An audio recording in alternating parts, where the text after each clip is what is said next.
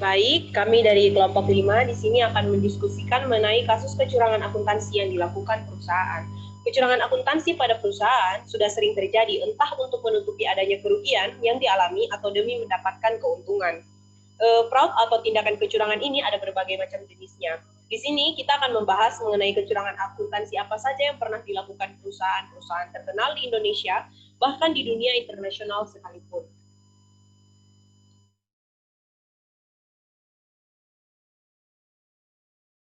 Baik, rancangan materinya pertama, di sini ada penipuan akuntansi yang dilakukan perusahaan Olympus tahun 2011. Kedua, ada penipuan yang terjadi pada perusahaan sekelas Facebook dan Google tahun 2018.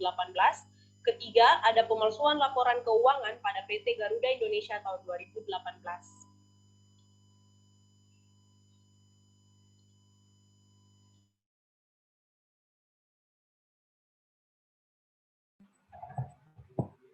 Baik, di sini saya akan mempresentasikan tentang penipuan akuntansi yang dilakukan perusahaan Olympus. Perusahaan Olympus merupakan produsen kamera asal Jepang yang mengaku telah menyembunyikan kerugian investasi di perusahaan sekuritas selama puluhan tahun atau sejak era 1980-an. Selama ini Olympus menutupi kerugiannya dengan menyelewengkan dana akuisisi. Pengumuman ini merupakan buntut dari tuntutan mantan CEO Olympus, Michael Watford, yang dipecat pada 14 Oktober. Watford meminta perusahaan yang berumur 92 tahun ini menjelaskan transaksi mencurigakan sebesar 1,3 miliar US dollar atau sekitar 11 triliun rupiah. Presiden Direktur Olympus Shuichi Takayama menuding Tsuyoshi Kikukawa yang memundurkan diri dari jabatan Presiden dan Komisaris Olympus pada 26 Oktober lalu. Sebagai pihak yang bertanggung jawab, sementara Presiden Direktur Hisashi Mori dan Auditor Internal Hideo Yamada bertanggung jawab sebagai pihak yang menutup-nutupi. Keduanya menyatakan siap jika dituntut hukuman pidana. Selanjutnya,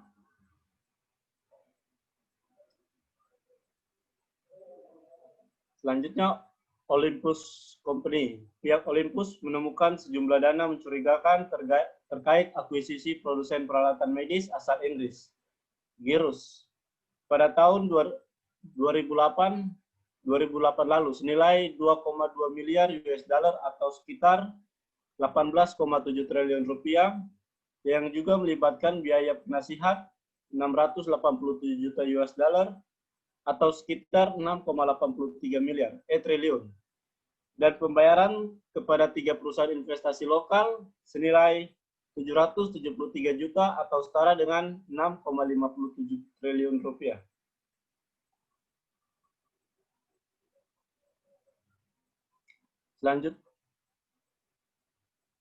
Selanjutnya, Okazaki mengatakan bahwa kemungkinan terburuk adalah saham Olympus bisa dikeluarkan dari bursa. Pengumuman ini mengejutkan, ini juga membuat saham Olympus jatuh 29% ke posisi terendah dalam 16 tahun terakhir. Perusahaan ini sudah kehilangan 70% nilai pasarnya atau setara dengan 5,1 triliun rupiah sejak ditinggal Watford yang terus mempertanyakan investasi bodong tersebut. Pihak Olympus mengaku masih akan menunggu hasil penyelidikan lebih lanjut sebelum menyatakan apakah ada pihak lain yang ikut terlibat. Mori sudah dipecat pada hari yang sama, sementara auditor internal sudah meminta mengundurkan diri. Kasus yang menimpa Olympus ini langsung menjadi perhatian media lokal karena merupakan skandal penipuan perusahaan terbesar di Jepang sejak serangkaian skandal broker di era 1990-an. Selanjutnya akan dijelaskan oleh teman saya.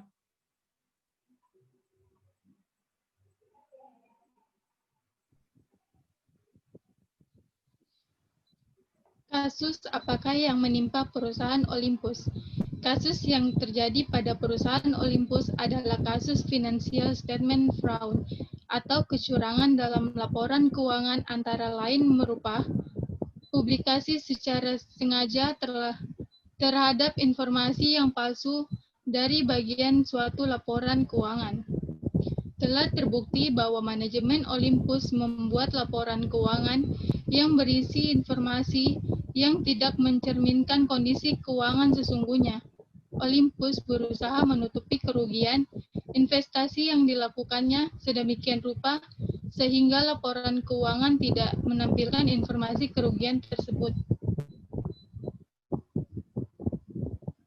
Kemudian, mengapa dan bagaimana kasus Olympus terjadi? Kasus Olympus dilatar belakangi oleh kejadian inflasi harga saham yang melanda dunia hingga pada tahun 1985. Shimoyama bersama dengan Yamada dengan Mori menerapkan strategi investasi spekulatif untuk mengatasi masalah inflasi harga saham tersebut. Namun ketika inflasi harga saham telah berhenti, Olympus mengalami kerugian sebesar 730 juta US dollar. Untuk menutupi kerugian dari kegagalan investasinya tersebut, Olympus melakukan manuver akuntansi. Alih-alih mencatatkan sebagai kerugian investasi, Olympus melakukan pencatatan kerugian tersebut sebagai biaya-biaya lain yang terlihat wajar dalam kegiatan operasional perusahaan. Tidak sampai di sini, Olympus terus melakukan kegiatan investasi berisiko tinggi di perusahaan sekuritas selama kurang lebih 20 tahun. Puncaknya pada tahun 2008, Olympus melakukan akuisisi terhadap produsen peralatan medis asal Inggris, Girus, dengan nilai 2,2 miliar atau setara dengan 18,7 triliun. Transaksi tidak wajar ini terdiri dari biaya-biaya yang tidak wajar pula, seperti biaya konsultan yang mencapai 5,83 triliun dan pembayarannya kepada 3 perusahaan investasi terbesar, sebesar 6,57 triliun. Woodford yang pada saat itu menjabat sebagai CEO mulai mempertanyakan kejanggalan yang terjadi pada perusahaan. Kecurigaan ini malah menyebabkan Woodford dipecat dari Olympus. Tidak hanya Woodford, auditor independen Olympus, KPMG, juga tidak menyetujui kebijakan pencatatan akuntansi atas aktivitas M&A yang dilakukan oleh Yamada dan Mori tersebut. Hingga pada akhirnya, guna tetap menjaga kelancaran rencana Yamada dan Mori, KPMG digantikan oleh Ernst dan Young atau EY. Entah bagaimana caranya, Yamada dan Mori berhasil meyakinkan EY untuk menyetujui pencatatan goodwill dari akuisisi Girus sebesar 177 juta US dollar. Woodford tidak diam begitu saja. Dia menjadi seorang whistleblower atas skandal Olympus. Kasus ini tidak terkuat pada saat FACTA, sebuah majalah keuangan di Jepang, pada tanggal 15 Juli 2011, memuat suatu artikel yang juga mempertanyakan kejanggalan aktivitas merger dan acquisition yang dilakukan oleh Olympus terhadap Girus, hingga pada akhirnya Olympus membentuk tim investigasi. Hasil pada bulan Februari 2012, sebanyak 6 orang yaitu Suzy Kikuwa, mantan Kaiman Olympus, Mori Yamada, dan 3 orang konsultan ditetapkan sebagai terdakwa dengan hukuman 10 tahun penjara atau denda sebesar 125 US dollar. Selain itu, perusahaan Olympus juga dijatuhi hukuman denda sebesar 1,2 juta US dollar atas pemalsuan laporan keuangan. Kemudian akan dijelaskan oleh teman saya. Selanjutnya, apakah auditor gagal menjalankan peran yang seharusnya dalam mendeteksi fraud? Seperti perusahaan lainnya, terdapat dua macam auditor di Olympus, auditor internal dan auditor eksternal. Auditor internal bertanggung jawab untuk mengawasi dan memberikan jaminan bahwa pihak eksekutif perusahaan seperti manajemen keuangan, manajemen risiko, dan tingkatan manajemen eksekutif lainnya, serta tata kelola perusahaan dan proses pengendalian internal telah berjalan dengan sebagaimana mestinya. Seorang auditor internal juga memiliki tanggung jawab untuk dapat mendeteksi terjadinya fraud di dalam perusahaan. Auditor internal juga berwenang untuk melakukan pemeriksaan terhadap semua lini dalam perusahaan dan hasil pemeriksaannya dapat dijadikan bahan untuk melakukan review dan perbaikan kinerja perusahaan. Sedikit berbeda dengan auditor internal, auditor eksternal bersifat lebih independen terhadap perusahaan sehingga sering disebut sebagai auditor independen. Tanggung jawab auditor independen adalah untuk merencanakan dan melakukan audit untuk mendapatkan keyakinan yang memadai untuk menjamin bahwa laporan keuangan perusahaan telah bebas dari salah saji yang material baik disebabkan oleh fraud maupun error. Sampai dengan tahun 2009, KPMG ditunjuk sebagai auditor eksternal perusahaan sebelum digantikan oleh EY. Dalam kasus Olympus ini, auditor internal bukan hanya gagal dalam mendeteksi fraud, mereka malah terlibat secara sengaja dalam menutupi tindakan kecurangan laporan keuangan yang dilakukan oleh top manajemen. Hideo Yamada, salah satu auditing officer, terlibat aktif dalam menyembunyikan praktek investasi abal-abal yang dilakukan oleh perusahaan. Selanjutnya akan dijelaskan oleh teman saya. Baik, selanjutnya. Lain halnya dengan auditor eksternal, tim investigasi kasus Olympus menyatakan KPMG dan Ernst & Young tidak bersalah atas kasus Olympus, sebagaimana pemberitaan Reuters pada tanggal 16 Januari 2012 sebagai berikut. Panel ahli tidak resmi membebaskan grup akuntansi global KPMG dan Ernst & Young dari segala tanggung jawab atas penipuan akuntansi senilai 1,7 miliar dolar di Olympus Corporation pada hari Selasa, meskipun peran perusahaan tersebut masih dalam peninjauan.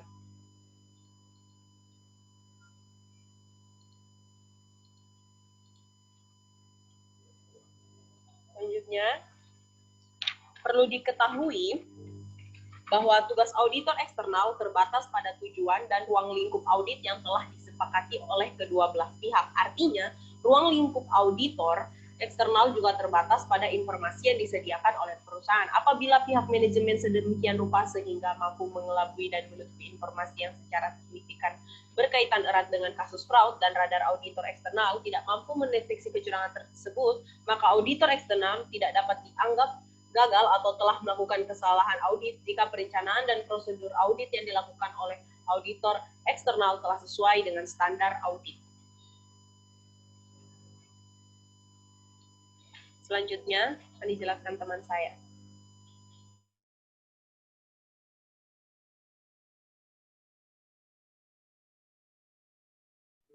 Selanjutnya, dua penipuan yang terjadi pada perusahaan sekelas Facebook dan Google.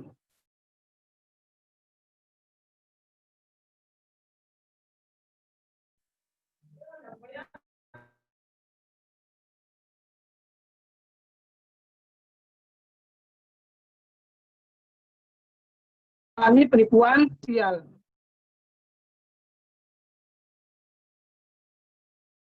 Didakwa melakukan tindak kejahatan pencurian identitas, penipuan finansial, dan pencucian uang sepanjang 2013 sampai 2015. Pria asal Lithuania itu melakukan penipuan terhadap perusahaan teknologi asal Amerika, Facebook, dan Google. Pria berusia 50 tahun tersebut melakukan penipuan dengan total kerugian mencapai 100 juta US dollar, masing-masing Facebook 99 juta US dollar, dan Google 23 juta US dollar. Esvaldas melancarkan aksinya dengan metode Business Email Conference atau BEC. Ia mengirimkan tagihan kepada dua perusahaan menggunakan email beridentitas Quanta Computer, perusahaan manufaktur di Taiwan, lengkap dengan dokumen dan surat kontrak yang dipalsukan. Facebook dan Google percaya tagihan itu mengirimkan uang. Namun pada tahun 2017, aksi itu ketahuan dan Esvaldas akhirnya dijatuhi hukuman. Fraud dialami oleh Facebook dan Google. Berdasarkan data FBI, total kerugian yang dialami perusahaan di seluruh dunia melalui penipuan BEC mencapai 12,5 miliar US dollar. Modus operandi yang dilakukan umumnya ialah membajak email dan mengirimkannya seakan asli dari mitra bisnis perusahaan. Kasus fraud yang dialami oleh Facebook dan Google ini merupakan salah satu contoh kasus fraud jenis penyelewengan terhadap aset atau penyelewengan aset perusahaan secara sengaja untuk kepentingan pribadi. Biasanya sering dilakukan oleh pegawai atau employer seperti penggelapan kas, penggunaan fasilitas untuk kepentingan pribadi, dan sebagainya.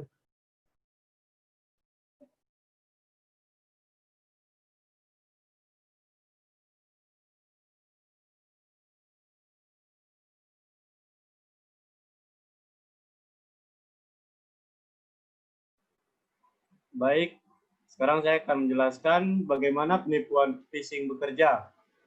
Dalam penipuan tersebut, Rimasauskas dan rekan-rekannya membuat email palsu yang cukup meyakinkan, menggunakan akun email palsu yang sepertinya dikirim oleh karyawan Quanta yang sebenarnya di Taiwan.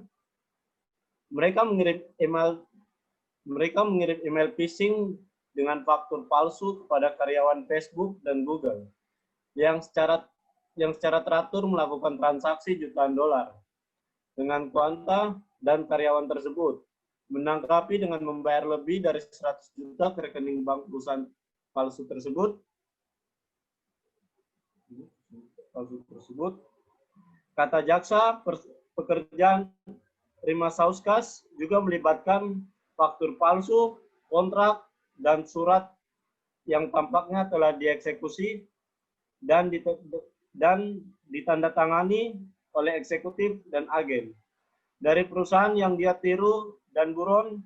Kata jaksa dalam sebuah pernyataan, skema tersebut berusaha menghindar kecurigaan dari bank dengan membuat dokumen pendukung palsu dan transaksi tersebut. Bahkan ada segel perusahaan palsu yang diembos dengan nama perusahaan tersebut. Selanjutnya akan dijelaskan oleh teman saya.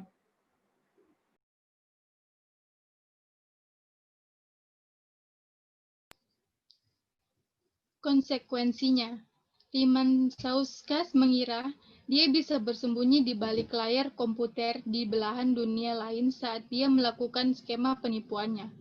Tapi seperti yang dia ketahui, kekuatan hukum Amerika sangat panjang, dan dia sekarang menghadapi waktu yang signifikan di penjara AS. Pengacara AS Geoffrey kata Breman dalam sebuah pernyataan. Meskipun dakwaan tidak secara spesifik menyebutkan nama perusahaan yang terlibat dalam skema tersebut, Quanta dilaporkan telah mengonfirmasi bahwa itu adalah perusahaan yang ditiru oleh Rimasauskas. Sementara Facebook dan Google disebutkan dalam perintah pengadilan Lithuania pada tahun 2017. Menurut Reuters, dakwaan pemerintah tahun 2016 mengacu pada beberapa rekan konspirator tak dikenal yang membantu melakukan penipuan besar-besaran, tetapi tidak ada dakwaan lain yang diajukan. Otoritas Lituania menangkap Rymantauskas pada Maret 2017 dan dia diekstradisi ke AS sebulan kemudian.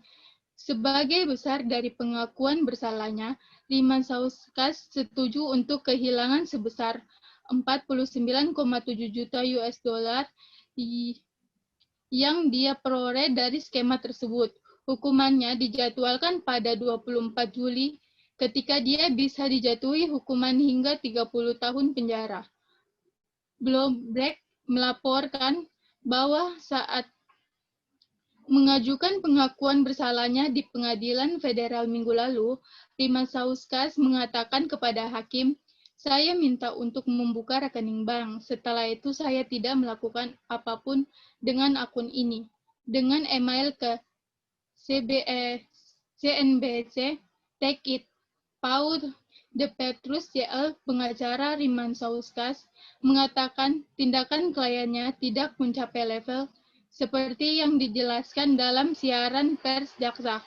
Petrus mengatakan dia bermaksud untuk meminta hukuman pada hukuman yang sesuai dengan kejahatan yang dia lakukan yang menuntut keringanan hukuman.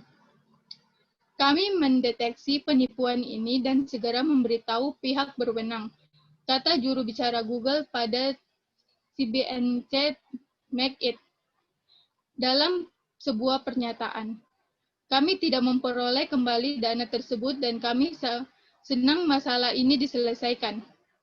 Facebook memulihkan sebagian besar dana tak lama setelah insiden itu, dan setelah bekerja sama dengan penegak hukum dalam penyelidikannya, kata juru bicara Facebook kepada CNBC Take It dalam sebuah pernyataan.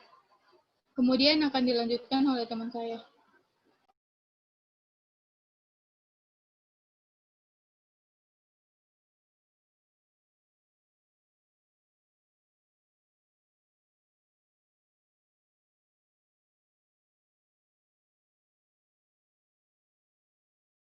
Selanjutnya, pemalsuan laporan keuangan pada PT Garuda Indonesia. Di negara Republik Indonesia sendiri, perusahaan sekelas PT Garuda Indonesia juga pernah melakukan fraud atau tindakan curang dalam hal laporan keuangan.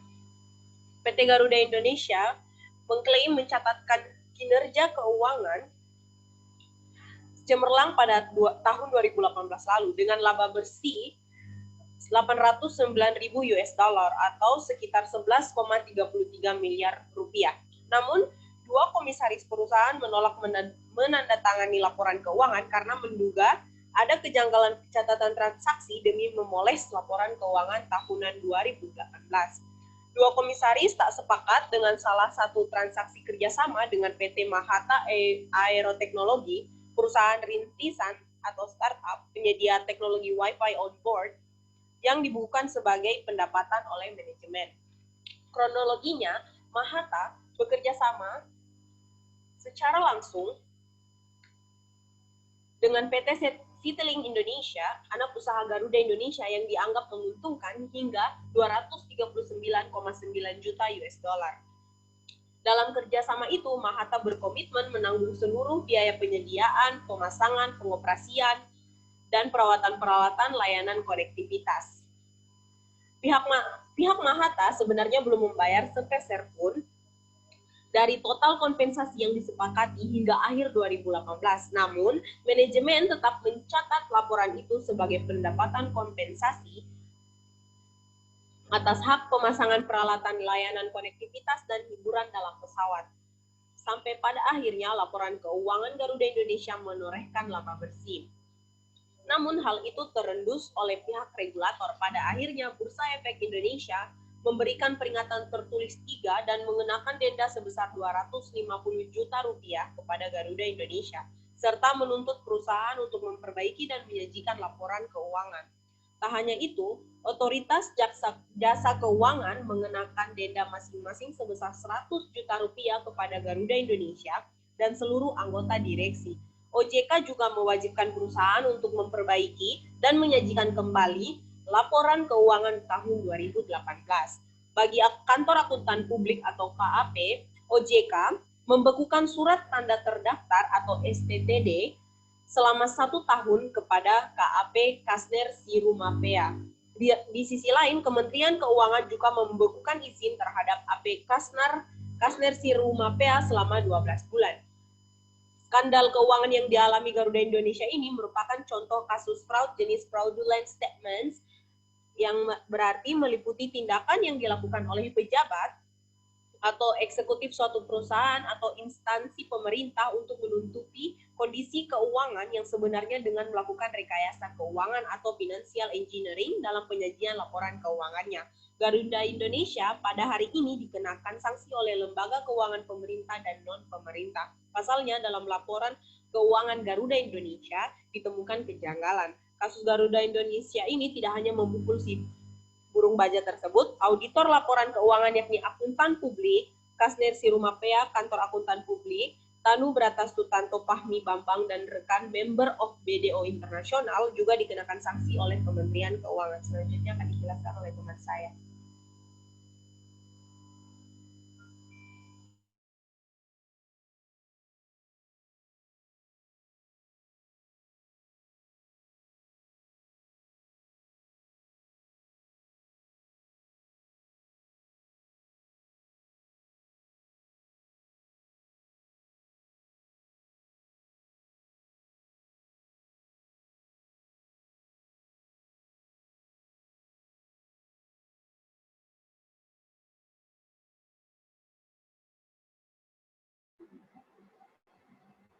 Baik, selanjutnya 2 April 2019, disinilah awal mula kisru laporan keuangan Garuda Indonesia dimulai.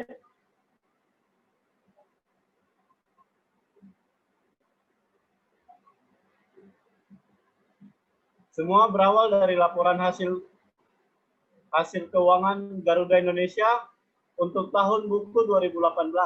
Dalam laporan keuangan tersebut, Garuda Indonesia Group membukukan laba bersih sebesar 809,85 US dollar atau setara dengan 11,33 miliar rupiah. Angka ini melonjak tajam dibanding 2017 yang menderita rugi 216,5 juta US dollar. Namun laporan keuangan tersebut menimbulkan polemik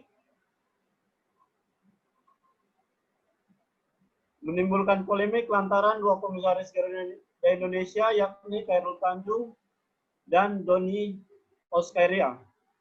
Selanjutnya 30 April 2019 BI dipanggil Direksi Garuda Indonesia. Bursa Efek Indonesia atau BI memanggil jajaran Direksi Garuda Indonesia terkait kisru laporan keuangan tersebut. Pertemuan juga dilakukan bersama auditor yang memeriksa keuangan GIAA yakni Kap Tanubra, Sutanto, Fahmi Bambang, dan rekan member of BDO Internasional. Di saat yang sama, Menteri Keuangan Sri Mulyani Indrawati mengaku belum bisa menetapkan sanksi kepada kantor akuntan publik atau KAP. Selanjutnya akan dijelaskan oleh teman saya.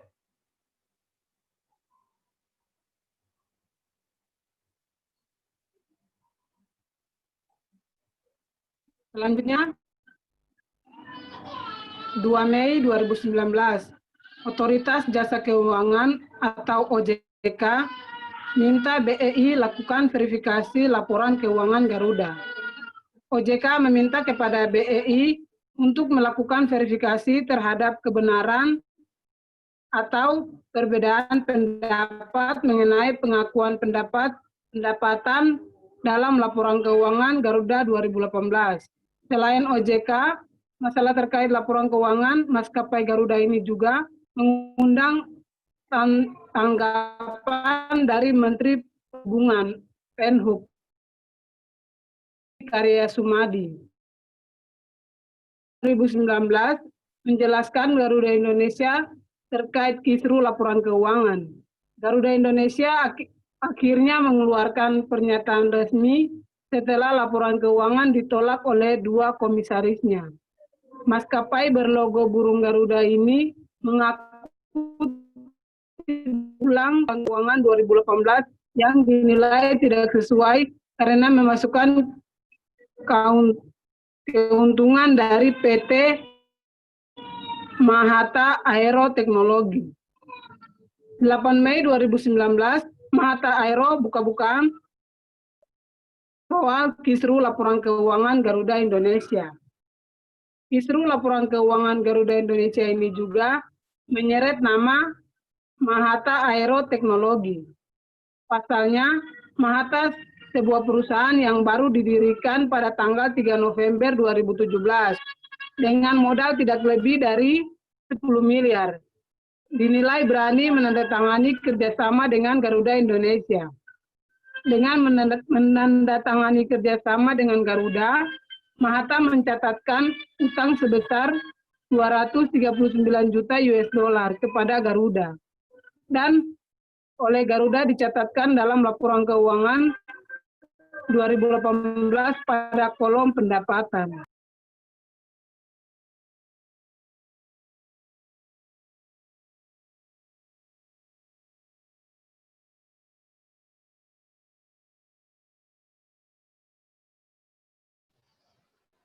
Baik, saya akan melanjutkan. 21 Mei 2019, DPR panggil manajemen Garuda Indonesia. Sebulan kemudian, Garuda Indonesia dipanggil oleh Komisi 6 Dewan Perwakilan Rakyat Republik Indonesia. Jajaran direksi ini dimintai keterangan oleh Komisi 6 DPR mengenai kisru laporan keuangan tersebut. Dalam penjelasannya, Direktur Utama Garuda Indonesia, I Gusti Ngurah Askara dan Nadiputra mengatakan, latar belakang mengenai laporan keuangan yang menjadi sangat menarik adalah soal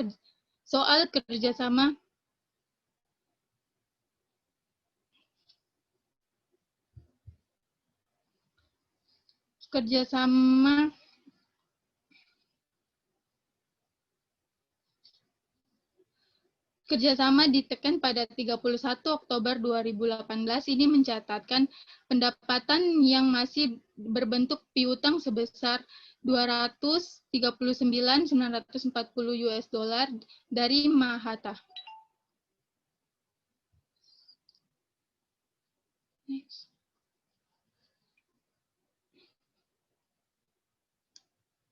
Pada 14 Juli 2019, Kementerian Keuangan temukan dugaan laporan keuangan Garuda tak sesuai standar. Kementerian Keuangan telah menyelesaikan pemeriksaan terhadap KAP Tanubrata Suntanto Fahmi Bambang dan rekan member of BDO Internasional terkait laporan keuangan tahun 2018 milik Garuda.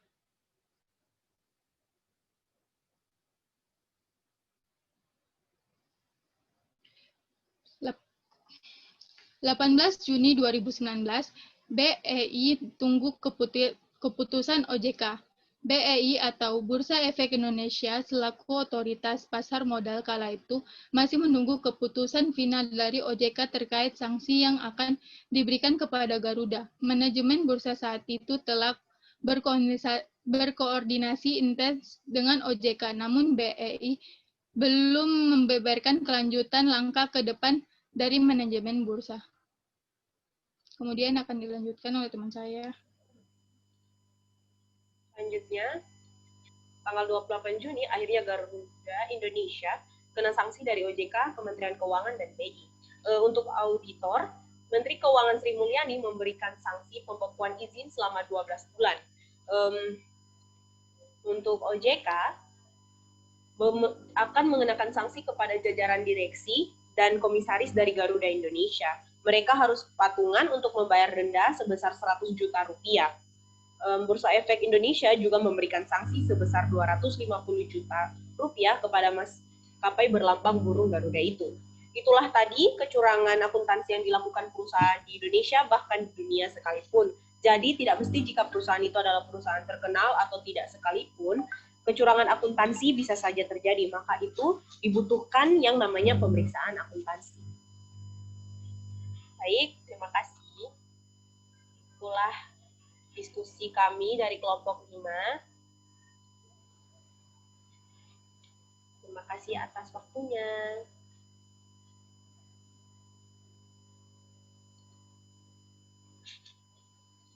Oke. Assalamualaikum warahmatullahi wabarakatuh. Salam.